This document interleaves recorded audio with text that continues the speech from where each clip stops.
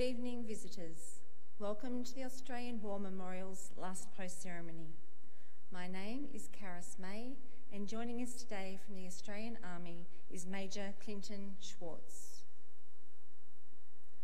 We welcome veterans who have served, those that are still serving, and the families that support them. We acknowledge the members of RSL and Services Clubs Association, RSL Victoria and RSL Queensland, who are watching the broadcast of this ceremony from around Australia. During this evening's ceremony, visitors will lay wreaths at the base of the Pool of Reflection. To commence this evening's ceremony, I invite you all stand and join in singing the National Anthem.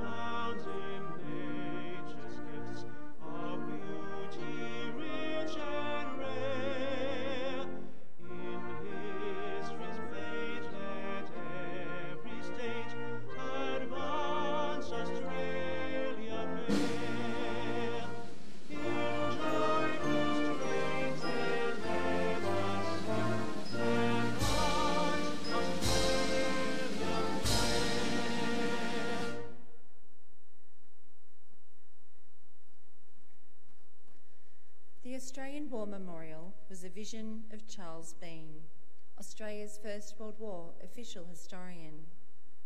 Bean landed with the Australian troops on Gallipoli and stayed with them at the front through to the end of the war.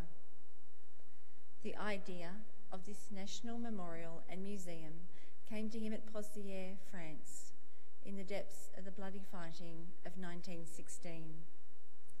Bean's idea was that this would be a place where families and friends could mourn loved ones buried in faraway places.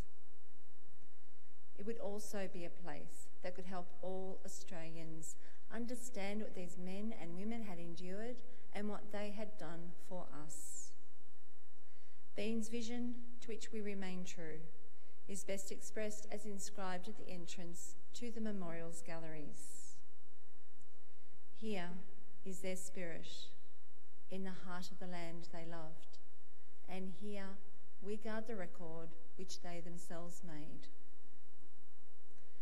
Tonight, we will read the story behind just one of those on the Roll of Honour, which lists the names of more than 102,000 men and women who have given their lives for us in war and operations for over more than a century. But first we present a lament, Flowers of the Forest. Wreaths and floral tributes will now be laid at the base of the Pool of Reflection.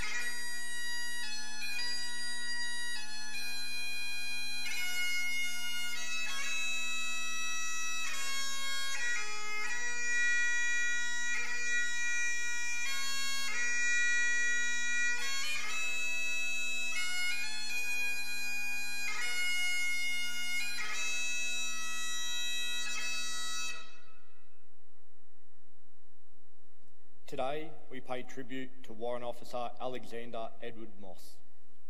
Born in the Perth suburb of Bellevue in Western Australia on the 9th of September 1916, Alexander Edward Moss, known to family and friends as Alex, was the son of Albert and Ellen Moss. Before his enlistment in the Royal Australian Air Force on the 17th of August 1941, Moss was employed as a grocer's assistant.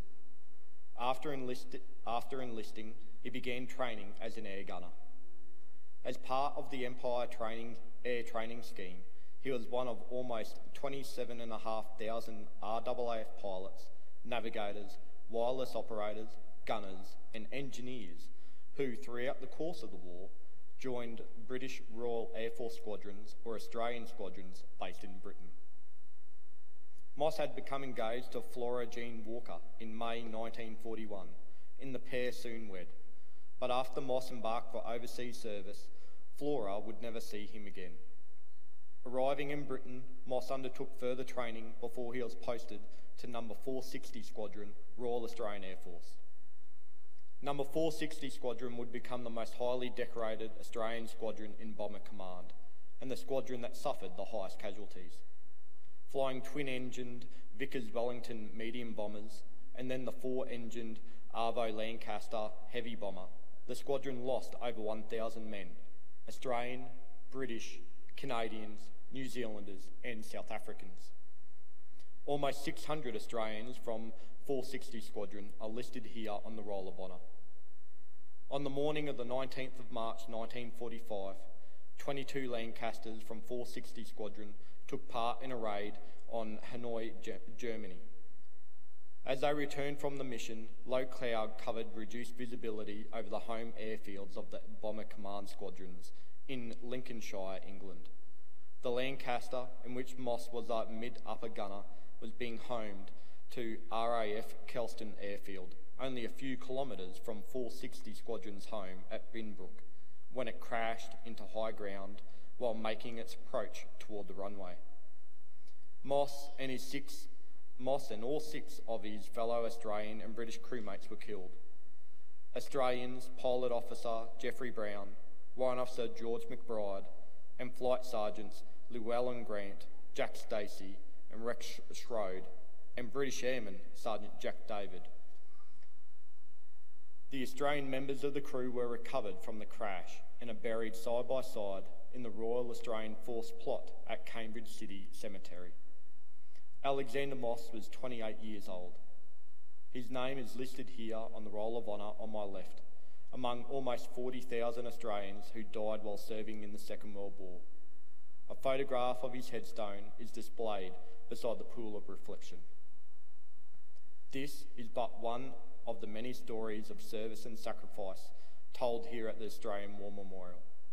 We now remember Warrant Officer Alexander Edward Moss, who gave his life for us, for our freedoms, and in the hope of a better world.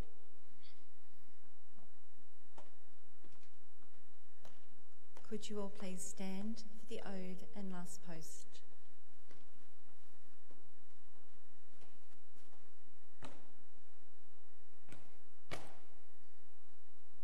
They shall grow not old, as we that are left grow old.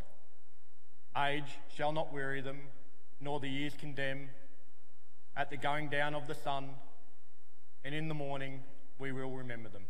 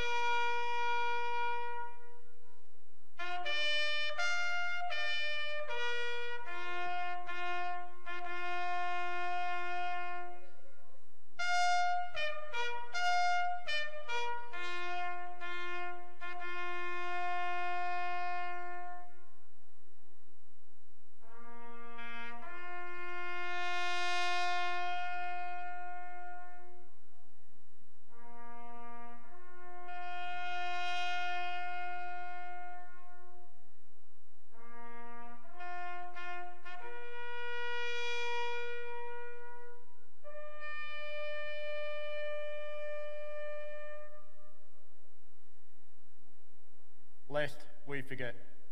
Lest we forget.